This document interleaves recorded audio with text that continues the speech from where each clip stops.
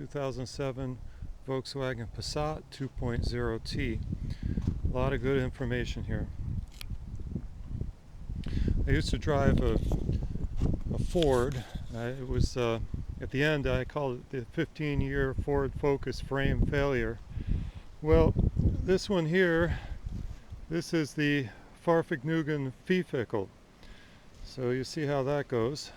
This vehicle has not only a timing belt, but it also has a timing chain. So that's one thing that can throw you for a loop, is when you see on the internet where the timing chain needs replacement, and you looked and you said, well, it only has a belt. Well, guess what? It has a chain too on the other side of the engine. It's not just a vacuum pump, not just a fuel pump. That cover under there is a timing chain. So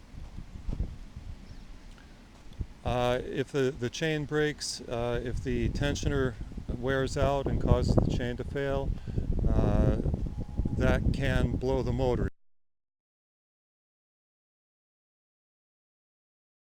It is an interference motor. That means that the valves can be impacted by the pistons if the timing sequence goes out of whack, so that can blow your motor.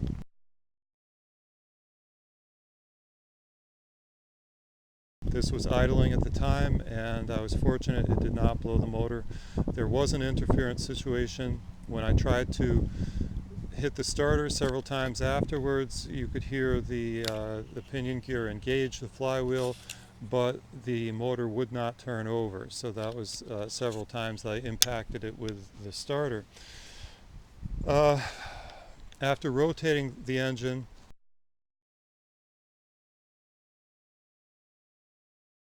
I found that the starter did turn it over. I couldn't figure it out. There was until I learned that it has both the timing belt and the timing chain. I was at a loss. It was really an ordeal. After that, I was able to hone in on it.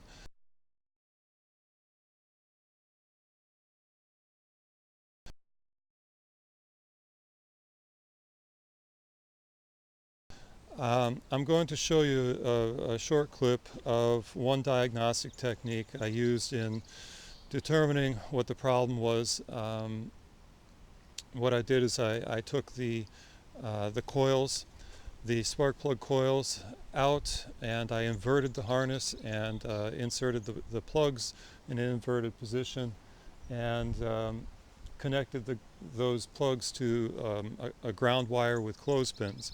And that's the clip that you'll see next. You're viewing the firing sequence of an engine which the intake camshaft is not turning. So the camshaft position sensor is not feeding information to the ECM, the computer, and consequently the computer is not generating the proper timing for the spark sequence. So you're getting spark, but it's not timed correctly, and that's not because the ECM is off, it's because the camshaft, the intake camshaft, is not turning.